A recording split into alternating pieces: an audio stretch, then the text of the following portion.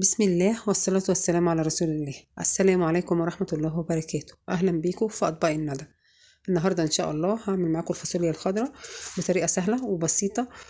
طريقة ني في ني، يعني طريقة كمان صحية إن شاء الله تنول إعجابكم. الفاصوليا طبعا من الخضروات الشتوية اللي بتحتوي على الحديد وعلى الزنك وعلى فيتامين ألف، وهي مفيدة جدا لمرضى الضغط العالي، ومفيدة كمان لمرضى السكر، ومفيدة للكبد. ان شاء الله كده الطريقه تعجبكم. هنقول بسم الله. انا جبت الفاصوليا كده زي ما انتم شايفين. انا بغسل الفاصوليا وهي سليمه. يا ريت الخضروات تغسليها على قد ما تقدري وهي سليمه عشان ما تنزلش الفيتامينات اللي فيها.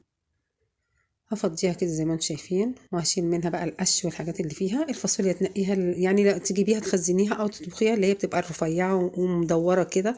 ما تجيبيش المبططه، ما بتبقاش حلوه. هنضفها وهغسلها وهي سليمه كده زي ما هي. طبعا يعني وهي سليمة بتغسليها براحتك مرة واتنين وتلاتة. لما بتقطعيها بينزل منها كمان الفصوص اللي جواها، الحبات بتاعتها ما بتبقاش حلوة. هنقي بس القش اللي فيها كده زي ما انتم شايفين، وهغسلها بقى بعد كده. غسلتها وحطيتها في مصفى كده، وهبتدي بقى انضفها. بقطع الحرف اللي فوق واللي تحت بسم الله كده.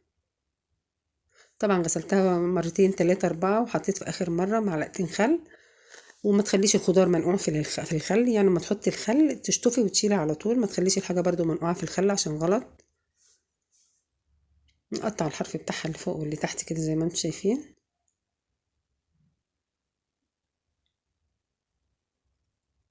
وبتقطعيها بقى او بتخرطيها بالطريقه اللي بتحبيها وبالحجم برضو اللي بتحبيه. انا دايما بحب الخضار ما يكونش كبير قوي، على اساس انه لو اتاكل بعيش تعرفي تغمسيه. بس الفاصوليا دي من الحاجات اللي بتتاكل طبعا معاها رز.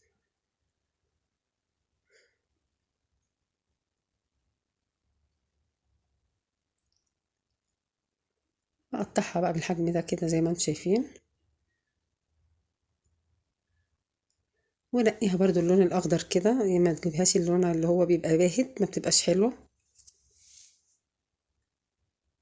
هخلص بقى الفاصوليا برضو تقطيع وهرجع لكم تاني.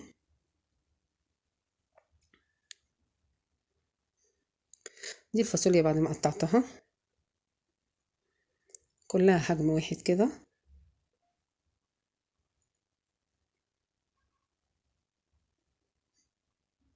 عندي بقى هنا راس توم وقرن فلفل حامي وكزبره ناشفه. كزبره ناشفه بتديها طعم حلو قوي، وبصلايه، وعندي ملح وفلفل طبعا، ونص معلقه سكر. هخرط قرن الفلفل كده بسم الله. طبعا ده اختياري، بخرطه برضو زي الفاصوليا، بس انا مكبراه شويه عشان يبان في الاكل، عشان يعني ما يجيش مع حد. لو حد بيحبش الحامي يخلي باله.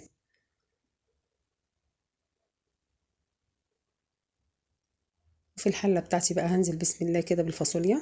بنزل بالحاجه كلها على بعضها ني في ني. الطريقه دي جميله على فكره. اجمل طريقه بصراحه لاعمال الفاصوليا هو الني في ني. انا عملتها اللي هي المتسبكه دي، ما عجبتنيش خالص. هدق التوم بتاعي والكزبره مع بعض،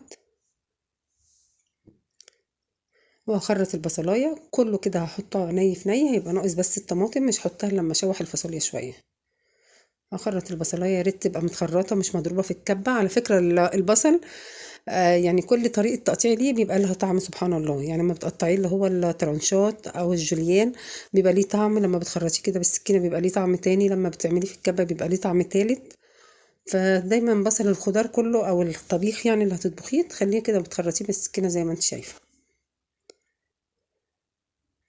وانتوا زي ما شايفين كده انا ما حطيتهاش لسه على النار خالص، كله على البارد كده.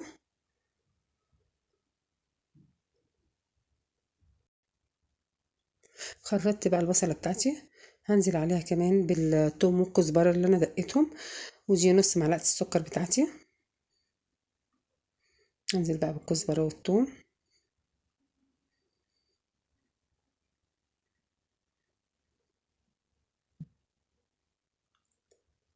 وهحط معلقه سمن وهرفعها على النار بقى بعد كده.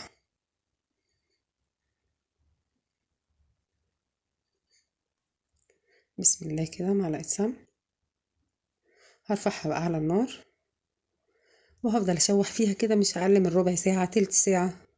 وعمليه التشويح دي على فكره بتسوي معاكي الحاجه، ما بتاخدش وقت بقى في السوا.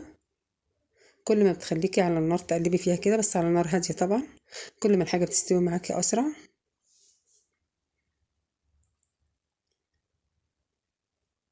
انا طبعا سلقه اللحمه بتاعتي 3/4 سليق. لو حابه تحطي اللحمه نيه هتستوي فيها برضو، بس تحطيها من الاول خالص والخضار ني برضو بتديكي نفس النتيجه، بتبقى طعمها حلو. هنزل بقى باللحمه بتاعتي بسم الله.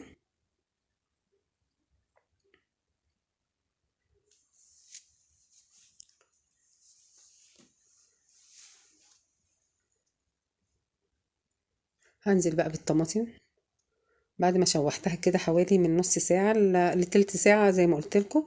هحط بقى الفلفل الأسمر بتاعي والملح وحبة 7 بهارات، نص معلقة صغيرة 7 بهارات. هقلبها كده تقليبة وخليها تغلي غلوتين على نار عالية، وبعد كده ههدي النار عليها. مش هتحتاج منك بقى شوربة ولا مية، بس حابة تزوديها شوية لو لقيتيها نشفت معاكي طبعا زوديها. وده شكلها بعد ما استوت. على ما عملت الرز كانت استوت معايا، اتسبكت زي ما انتم شايفين كده، ما فيهاش ميه ما فيهاش حاجه، يعني سواها حلو كمان، ما تخليهاش تتهري معاكي. وده الشكل الفاصوليا لما حطيتها في الاطباق بتاعت التقديم بتاعتي. كنت عامله معاها رز بشعريه، عاملين بتنجان مخلل معاها، بتنجان وفلفل زي ما انتم شايفين، بتنجان ابيض وبتنجان اسمر. البتنجان الابيض ده بيبقى حلو قوي في التخليل كمان، في ناس كتير ما بتعملوش وما تعرفوش اصلا في التخليل، بس جربوها يعجبكم ان شاء الله.